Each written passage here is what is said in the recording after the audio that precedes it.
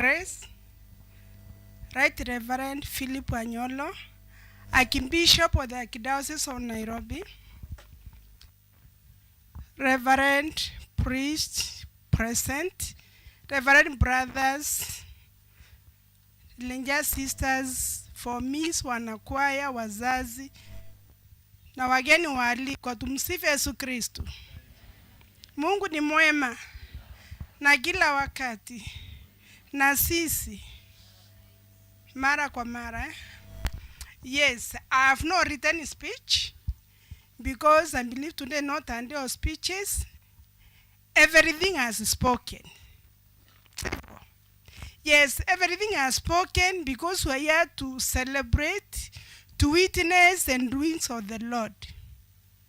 To witness the Lord who is intentional on making us useful and relevant in the church and in the human family. We are here as little sisters and Therese of the child Jesus.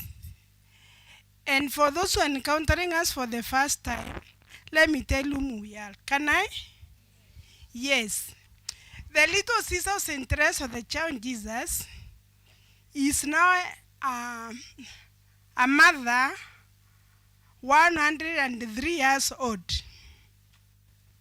So we are a religious international congregation founded in Italy on a strange day in the celebrations of the church. Sherata tujuanti kusherekea.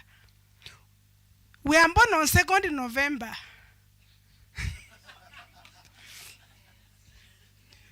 Second, in the mother church, when we celebrate All Souls Day, and our founder chose to start us on All Souls Day. And the question was that we ask ourselves even today, why? And it was a reminder that our life should be the beginning of a new birth. Now, as we must die in order to give life. So we try to think, especially as today, that could be the reason perhaps. And the most probably is so because our founders gave us a cross. That in the crosses, you know, is incomplete. It looks so, right?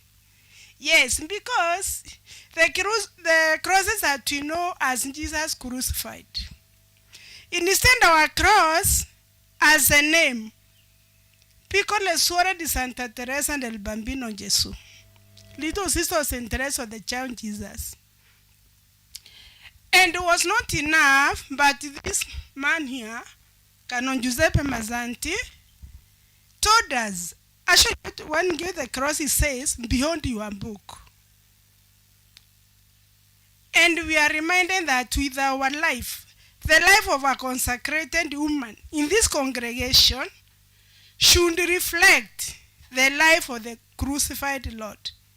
That with my life, I should hang on the cross.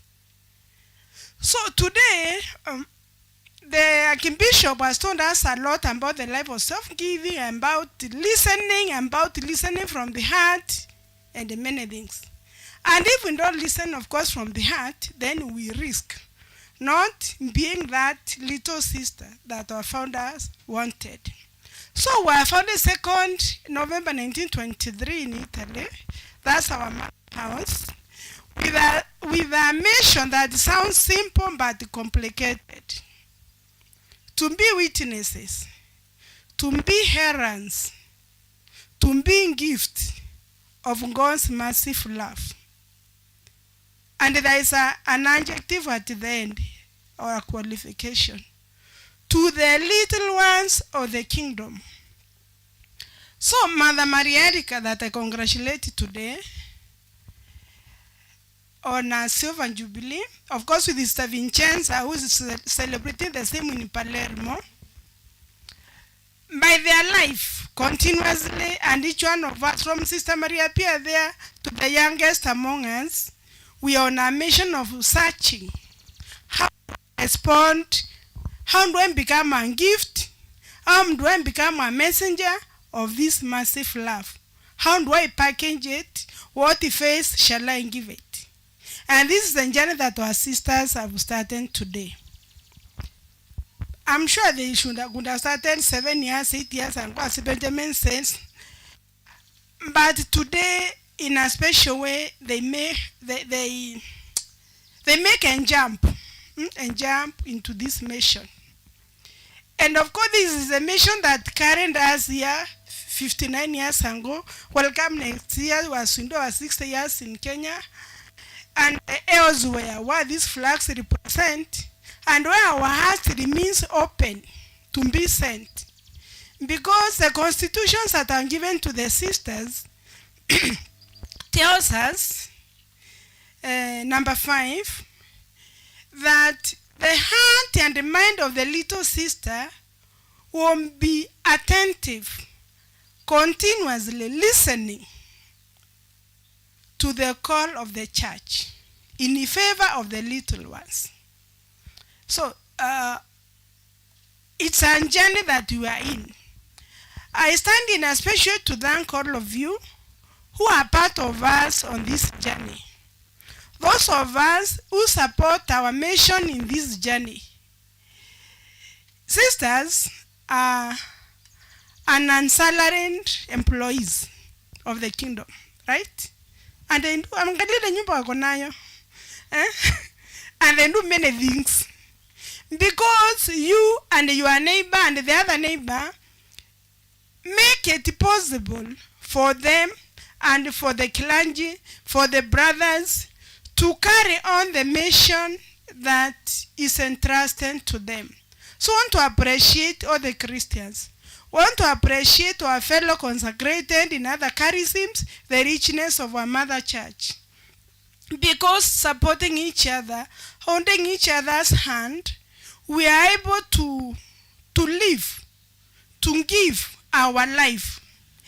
And to my sisters today, to Sister Sarah and Sarah Rita and Ketia, the big challenge that we have is we've been sent, you've been called, and we've said yes.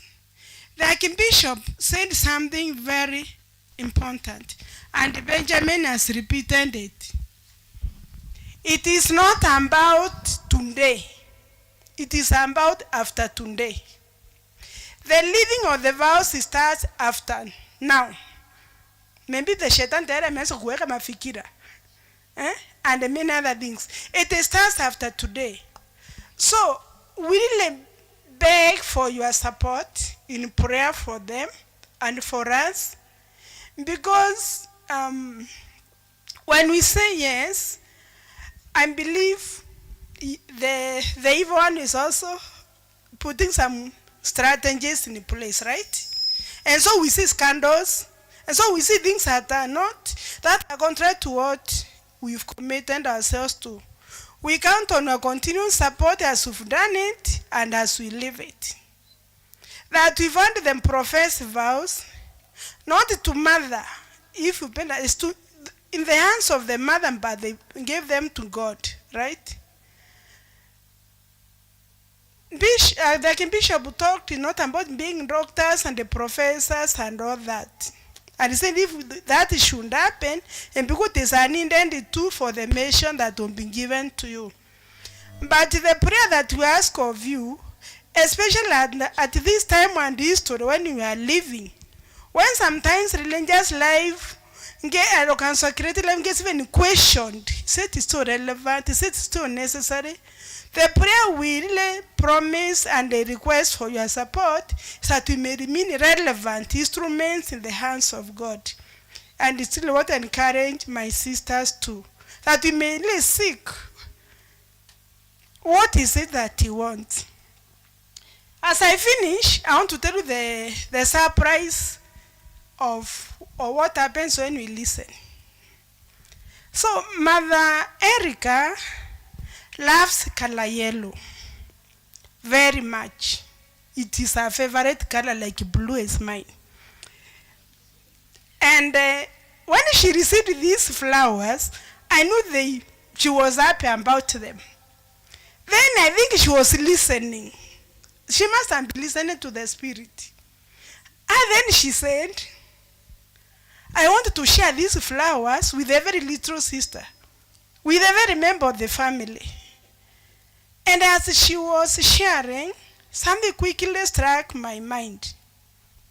And I said, this is a reminder for us from the eldest to the youngest that our life has to be shared.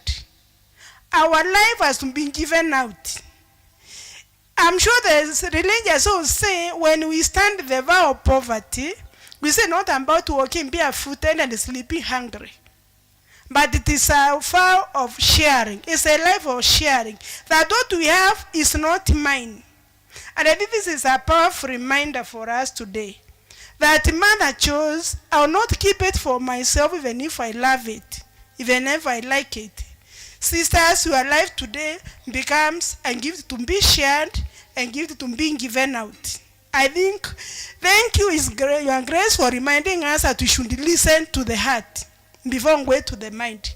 Because when we go to the mind, then we rationalize religious life, and then we lose our purpose. I finish by congratulating mother and the sisters, and now by passing this mic to her, that we may be able to listen to her.